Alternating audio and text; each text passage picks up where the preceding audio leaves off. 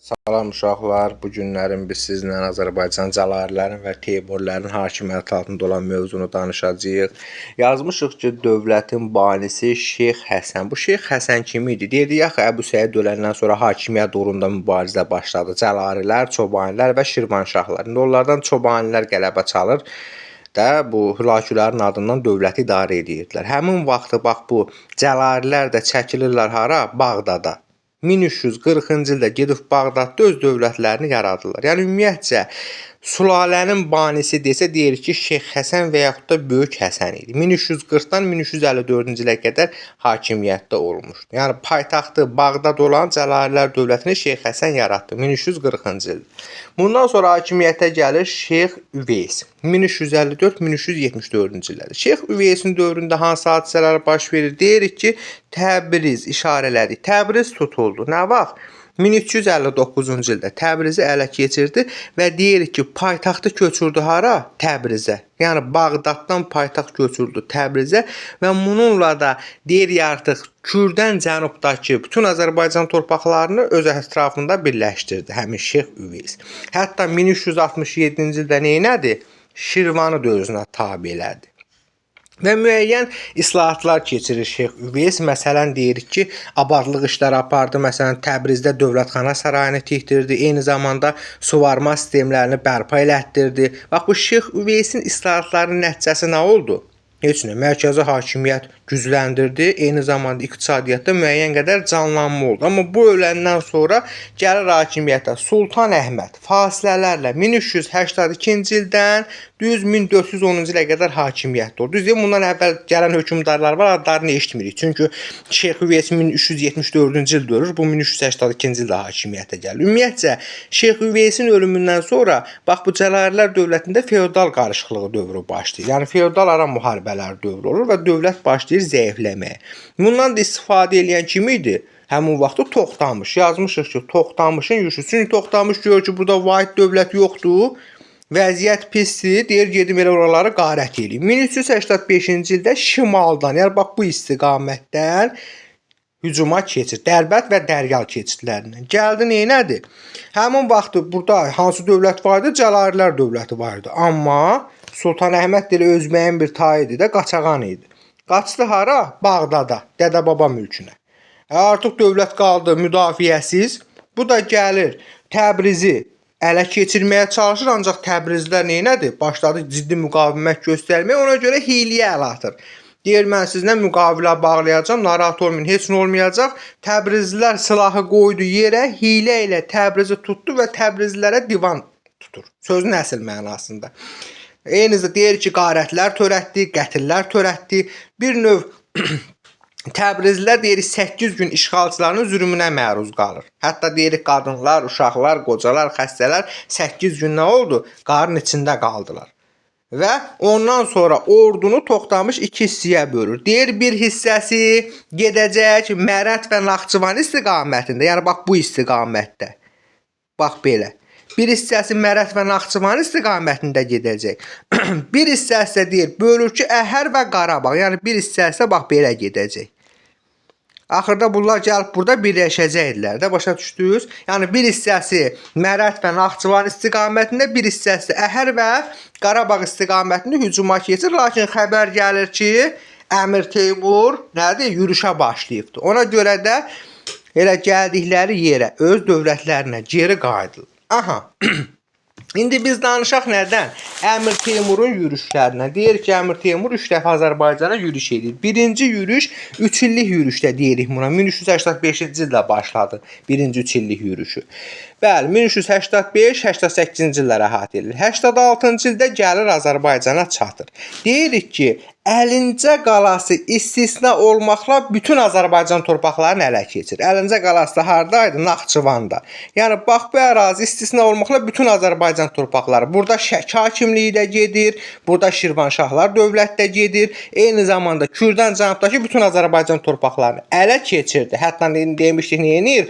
1-ci İbrahim o 9-luqla gəlir bunun huzuruna, buna itayətini bildirir. Eyni zamanda Seyid Əli Şəki hakim də gəlib bunun öz itayətini bildirir. bildirir. Düzdür ki, bu gedəndən sonra Şəki hakimliyi buradan itaətdən çıxır, amma nəticə etibarı odur ki, birinci yürüşü zamanı Əlincə qalası istisna olmaqla bütün ərazini ələ keçirir və gedəndən sonra bura kimi ta qoyub gedir. Onun oğlu var idi də, biraz ağıl dengisi yerində deyil idi, Miranşah. Miranşahı qoyur bura ki, sən Azərbaycanı idarə elə, eyni zamanda da Əlincə qalasını ələ keçir. Əlincə qalası da deyirik, yaxşı müdafiə olunurdu. Çünki Cəlalilərin şeyi oradaydı da, xəzinəsi oradaydı. Həm də yaxşı strateji mövqedə idi. Ona görə ələ keçirə bilmədi. Həmin birinci yürüşün nəticəsində. İkinci yürüşü olur. İkinci yürüşü nə vaxt idi Teymurun? 1382-ci ildə. Bəli, gəldi 1382-ci ildə müəyyən o da itaətdən çıxmış, məsələn, kim idi itaətdən çıxanlar? Seyid Əli. Şəki hakim bu gedəndən sonra itaətdən çıxmışdı. Seyid Əlini itaətə gətirdi, Gürcüstanı ələ keçirdi, hətta Bağdada hücum edib Bağdadı dağıtdı. Niyə dağıtdı Bağdadı? Çünki bu Sultan Əhməd o gələn kimi qaçırdı ora. Ona görə getdi Bağdadı da ələ keçirdi. Deyir ki, bəli, yenə də ikinci yürüşün nəticəsində Əmir Teymurun Əlincə qalası istisna olmaqla bütün Azərbaycan torpaqları yenə ələ keçirildi. Deməli, birinci yürüşündə də Əlincə qalası istisna idi. İkinci yürüşündə də Əlincə qalası istisna olur. 1395-ci ildə bəli, artıq nə olur? Görür ki, bu bir yerdə durmur. Çünki elə bu Əmir Teymurun birinci yürüşünü yarımçıq dayandı. Xəbər gəldi ki, Toxtamış, Buxara, Səmərqəndə qarətçi yürüşlər eləyir. Ona görə qayıdıb getmişdi. Ona görə 1395-ci ildə deyir ki, Terek döyüşü baş verdi və həmin o Terek döyüşündə də 1-ci İbrahim Dərbəndi, Şəki hakimi də orada iştirak eləyirdi. Yəni şeyə kömək eləyirdi, dəstək olurdu, müttəfiqi idi Əmir Teymur. 1395-ci ildə Terek döyüşü baş verdi və həmən döyüşdə deyirik Əmir Teymur qələbə çaldı, Toxtamışın əsas qüvvələrini ağır məğlubiyyətə uğratdı. Elə şimalla da qayıdıb getdi Səmərqəndə. Oradan da hara gedir? Oradan da gedir Hindistana, bəli, 1398-ci ildə. Və deyir onun Hindistana yürüşü onun qüdrətini daha da artırdı. Orada çoxlu xəzinə gətirdi, döyüş filləri gətirdi. Əla. İndi Teymurun biz 3-cü yürüşündən danışacağıq. Deyirik 1399-cu ildə oldu həmin yürüş. Gəlir Qarabağda məskən salır və eyni zamanda nə idi? Seyid Əhməd var idi də, deyirik ki, Seyid Əlinin oğluydu. Seyid Əli ondan itaətdən çıxırdı. Məsələn, gedib Əlincə qalasında Cəlalilərə kömək eləyirdi. Amma nə oldu? İkinci yürüşü zamanı Seyid Əhməd öldürüldü. Onun oğlu Seyid Əli gəlir. Daha doğrusu Seyid Əlinin oğlu Seyid Əhməd gəldi. Həmin 1-ci İbrahimlə birlikdə ona özündə ittifaq bağladı. Ona itaətini bildirdi. Amma nəhayətində 1400-cü ildə deyirik Əlincə qalası 14 illik müqavimətdən sonra müqavimətsiz şəkildə ələ keçirildi. Niyə müqavimətsiz şəkildə? Çünki daxili çəkişmələr baş verdi orada. Məsələn, şeyin oğlu Sultan Əhmədin oğlu Sultan Tahir oranın xəzinəsini götürüb Bağdada qaçır və nəhayətində müdafiəsiz vəziyyətdə qalır deyə müqavimətsiz şəkildə 1400-cü ildə Əmir Teymur buranı ələ keçirdi. Hətta 1402-ci ildə bunların Osmanlılarla arasında müharibə oldu. Nə üzrə? Nə üçün olmuşdu? Demişdi Sultan Əhmədlə Qara Yusifi ver bizə. İldırım Bayazid də vermədi. Ona görə aralarında döyüş baş verdi. Ondan sonra Qara Yusiflə Sultan Əhməd qaçıb Misirə sığındı. Deyirik ki, Çinə yürüş ərəfəsində, amma Çinə yürüş eləməyib Əmir Teymur. Sadəcə ora hazırlaşırdı. Çinə yürüş ərəfəsində 1405-ci ildə nə oldu? Bu vəfat elədi. Ondan sonra Azərbaycanı kim idarə eləyirdi? Miranşahın oğlu Mirzə Ömər tərəfindən idarə olunurdu. Əla. İndi keçək Şirvanşahlardan da biz danışaq. Şirvanşahlardan danışaq. Dedim, ümumiyyətcə Şirvanşahlar 13-14-cü əsrdə olan proseslərdən danışırıq ki, Monqolların birinci yürüşünə dedik kim idi bu da? Güştəpsi idi də. Monqolların birinci qarətçi yürüşündə. Eyni zamanda Xarəzmşah Cəlaləddin də bura hücum eləmişdi. Onu da yenə də məcburi şəkildə hər iki dövrdə Monqollardan asılılığı qəbul eləmişlər. Daha doğrusu Cəlalilərdən asılılığı qəbul eləmişlər. 3-cü Fəribürs haqqında danışaq. Deyirik 1225-1242-ci illərdə hakimiyyətli oldu. Nə oldu? Bax, 3-cü Fəribürzün dövründə kimlərin hücumuna məruz qalır? Xarəzmşah Cəlaləddinin hücumuna məruz qaldı. Nə vaxt? 1227-ci ildə. Deyirik ki, bəli, müqavilə bağlayır. Xarəzmşah Cəlaləddinlə 3-cü Fəribürs. Yəni asıllığı qəbul edir. Deyir mən səndən asılı vəziyyətə düşəcəm, lakin daxili müstəqilliyini qoruyub saxladı və illik nə idi? 100.000 dinar xərac verdi və hətta 3-cü Fəribürsün dövründə Monqolların ikinci yürüşünə də məruz qalmışdı. Neçənci ildə? 1231-ci ildə. Deyirik ki, Şirvan və Dərbəndin ələ keçirilməsi ilə artıq bu Şirvanşahlar ərazisi nə oldu? Ali Monqol xaqanlığının tərkibinə daxil edildi. Sonra bundan sonra gələcək 2-ci Axistan. 2-ci Axistanın dövrü 1243-1260-cı illərdir. Həmin vaxtı deyirik ki, Monqolların 3-cü yürüşünə məruz qaldı. Və Şirvanı dağıntıdan xilas edib onlardan asıllığı qəbul eləyir. Vassal asıllığı. Düzdür ki, öz adlarına pul kəstirirdilər, amma təmtəraqlı o titullarını göstərmirdilər. Hər yerdə Monqolların adını birinci çəkirdilər, Monqol xaqanların adını birinci çəkirdilər. Nizami qoşun dəstələri ilə onların o yürüşlərində iştirak edirdilər. Aydın oldu mu? Aha, indi danışacağıq kimdən? Kavus İbn Keyqubatdan danışacağıq. 1345-1372-ci illərdə hakimiyyətdə olmuşdu Kavus İbn Keyqubat. Bəli, deyirik bunun dövründə nə oldu? 1367-ci ildə Cəlalilərdən asılı vəziyyətə düşdü. Demək olar ki, bunların hamısını birlikdə kim-kimdən asılı vəziyyətə düşür? Sadəcə olaraq hökmdarların adı bizə lazım. Deyirik ki, Kavus İbn Keyqubatın dövründə artıq Cəlalilərdən asılı vəziyyətə düşür və Kavus İbn Keyqubat da eyni zamanda Təbrizə yürüş eləmişdi. Ona görə Şeyx Üveys gəldi 1367-ci ildə bunları asılı vəziyyətə saldı. Hətta biz dedik ki, nə idi? Bu Şeyx Üveys bunlara göndərmişdi, məlumat göndərmişdi, bizdən asılı vəziyyətə düş, lakin Cəlalilərin o təklifini qəbul etməmişdi. Kəsranilər sülaləsi dedik nə vaxt gəlmişdi Şirvanşahlarda hakimiyyətə? 1027-ci ildə, bəli. Sonuncu nümayəndəsi kim oldu? Hüşəng oldu. Deyirik Hüşəng bu Kəsranilər sülaləsinin sonuncu nümayəndəsidir. Yaxşı, nə iş görür Hüşəng? Hüşəng deyirik ki, ümumi olaraq bax bu Əbülhicar Əvvadi ilə oxşar xüsusiyyətdir. Muğan tabi edilir bunun dövründə və başlayır neynəməyə? Müəyyən işlər görməyə. Məsələn, qəddarlıq eləyir. Dövləti möhkəmləndirməkdən ötürü. Xalqı incidir. Bundan da kim narazı qaldı? Kəndlilər və xırda feodallar üsyan qaldırdılar və Kəsranilər sülaləsinin hakimiyyəti sona çatdı. Nə vaxt? 1382-ci ildə Hüşəngin öldürülməsi ilə. Ondan sonra hakimiyyətə gələcək Dərbəndilər sülaləsi. O deyirik də tarixin ən xoşbəxt şəxsi 1-ci İbrahim Dərbəndi olmuşdu ki, oturub bu nə idi? Deyirik, yoxsullaşmış nəsildən idi. Nə deyirlər bunu? Əyan nəslindən idi. Yoxsullaşmış əyan nəslindən idi. Şəkidə balaca bir torpaq sahəsi var idi. Əkin biçinlə məşğul olurdu. Xəbər gəlir ki, səni taxta çıxardıq. 1382-ci ildə nə oldu? Deyirik, İbrahim Dərbəndi 1-ci İbrahim adı ilə taxta çıxır. 1382-dən 1417-ci ilə kimi hakimiyyətdə oldu. Bunun dövründə İbrahim Dərbəndinin Teymurla münasibəti. Bəli, deyirik ki, heç nədə Teymur nə vaxt gəlirsə, qaçıb gedib ona ittifaq bağlayırdı. Səbəb nə idi? Niyə? Çünki fikirləşirdi ki, Toxtamış daha yaxın və daha zəif müttəfiqdir. Teymur isə daha uzaq və daha güclü müttəfiqdir. Yəni buranın idarə edilməsi üçün Teymura kimsə lazım olacaq, amma Toxtamışa lazım olmayacaq.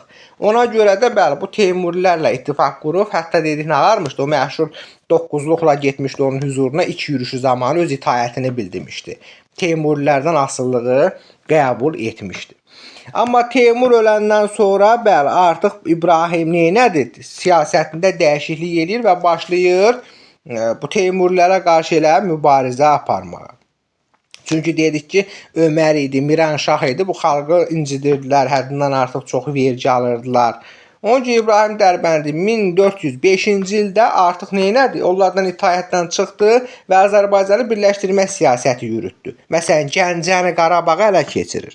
Gəncədir, Qarabağdır. Bu zonaları, öz hakimiyyətini bu zonalara yayır və deyirik Kür çayı sahilində döyüş baş verdi 1405-ci ildə. Kim idi burada? Gürcü çarı Konstantin idi, eyni zamanda Şəki hakimi Seyid Əhməd idi, Ərdəbil hakimi idi, Gəncə hakimi idi. Bunlar birləşdilər, Miranşahın oğlu Öməri məğlubiyyətə uğratdılar. Aydın oldu mu? Bəli, İbrahim, Ömər.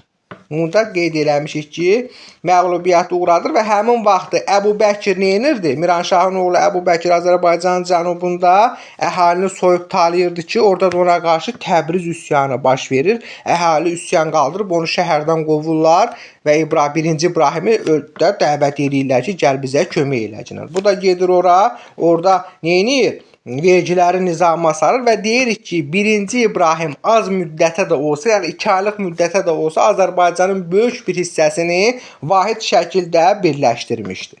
Yəni gəlir də bildiyiniz gəlir hakimiyyəti ələ alır. Amma nə oldu? Niyə qala bilmir burada? Xəbər gəlir ki, Cəlalirli Sultan Əhmədlə Qara Yusif Təbrizə doğru irəliləyir. Ona görə də Təbrizin müdafiəsini buraxıb öz vətəninə, yəni Şirvanşahlara qayıtdı. Aha, sonra qayıdandan sonra 1407-ci ildə öz hakimiyyətini hara yayır? Şərqi Gürcüstana qədər yaymışdı. Bizim bu 1-ci İbrahim Dərbənd. Yaxşı. Sonra bizə nə lazımdır? Bizə lazımdır mədəniyyət. Mədəniyyət haqqında danışırıq. Rəbi Rəşidi mədrəsəsi. Nə idi Rəbi Rəşidi mədrəsəsi? Deyir ki, 14-cü əsrdə salınmışdı. Kim tərəfindən? Fəzlullah Rəşidəddin tərəfindən. Şərqdə 2-ci ali təhsil müəssisəsi idi. Burada deyirik nə idi? 500-ə qədər alim dərs deyirdi, 7000 tələbə təhsil alırdı. Yəni bu Fəzlullah Rəşidəddin, tarixçi alim Fəzlullah Rəşidəddin tərəfindən salınmış Rəbi Rəşidi mədrəsəsidir ki, harada yerləşirdi bu? Təbrizdə yerləşirdi. Nəsrəddin Tusi var. Bəli, deyirik 1201-1274-cü illərdə yaşayıbdı. Nə idi? Hülakülər dövlətindən danışanda dedik nə olur? Bu Hülakü xanın məsləhətçisi olur, Abaqa xanın da vəziri olur. Və bunun məşhur əsərləri var idi. Əxlaqi Nasiri, Zicilxani, Təhriqi Övlidis, bu kimi əsərləri var idi. Hətta 1259-cu ildə nə edir? Marağa rəsədxanasının tikintisinə başlayır ki, 1271-ci ildə həmin tikintini başa çatdırdı. Elm ölkəsini şah adlandırırmışlar Nəsrəddin Tusini və qəbrinin üzərində də o qeyd olunubdur. Sonra bizim məşhur bədii kasamız var. Neçənci ilə aiddir? 1319-cu ilə aiddir. Yusif ibn Əhməd tərəfindən hazırlanmışdı. Hal-hazırda hardadır o bədii kasa? Londonda Victoria və Albert muzeyində saxlanılır. Və eyni zamanda Teymur tərəfindən sifariş olunan Tiyan var idi ki, hal-hazırda Qazaxıstanda Əhməd Yüsəvi türbəsində saxlanılır. 1399-cu ildə Əbdüləziz ibn Şərafəddin tərəfindən hazırlanmışdı Teymurun əmri ilə. 13-14-cü əsr memarlıq abidələri görək hansılardır? Deyirik, məsələn, əksəriyyəti ilə Bakıdadır. Bayıl qalasıdır, Ramana qalasıdır, Mərdəkan qalasıdır. Eyni zamanda Mərdəkanda dairəvi qala var. O da 13-14-cü əsr memarlıq abidələridir. Bundan başqa Marağa rəsədxanası var. 1271, 13-cü əsr memarlıq abidəsidir. Sonra Bərdə türbəsi var. Naxçıvanda Gülüstan türbəsi var. Əlişah məscidi Təbrizdə Əş qalası da deyilir. Bunlar 13-14-cü əsr memarlıq abidəsidir. Bundan başqa 13-14-cü əsrdə yerli memarlarımız 2 dənə yeni şəhər salmışdı. Sultaniyə şəhəri və Mahmudabad şəhəri. Mahmudabad şəhərdə deyirik kimin adı ilə bağlı idi? Qazan xan Mahmud adını götürür və onun şərəfinə salınmışdı.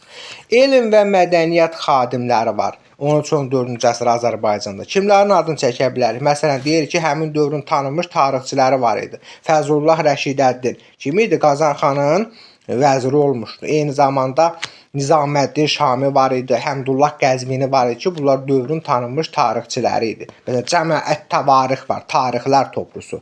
Kim yazmışdı onu? Fəzlullah Rəşidəddin yazmışdı. Sonra kimlər haqqında danışır? Məsələn, həmin dövrün coğrafiyaçıları olmuşdu. Əbdülrəşid Bakuvi, Həmdullah Qəzvini, Zəkəriyyə Qəzvini. Bəli, bu Həmdullah Qəzvini ilə həm coğrafiyaçı olur, həm də nə olur? Tarixçi olur. Bəs yaxşı, dövrümüzə gəlib çatmış ilk şeirin müəllifi kim olmuşdu? İzzəddin Həsənoğlu olmuşdu. Səfiyyəddin Urmavi olmalı, səhv eləmirəmsə. Bir musiqiçimiz var idi, lakin musiqini ritmlərə yığan Əbdülqadir Marağayi olmuşdu. Sonra Fəzlullah Nəiməddin, daha doğrusu Fəzlullah Nəimi, İmadəddin Nəsimi hürufilik cərəyanının tanınmış üzvlərindən biri olmuşdu. Hürufilik hərəkatda birlikdə onun haqqında biz sizlə danışmışıq. Nalə gəlir ki, bu qədər kifayət eləyər.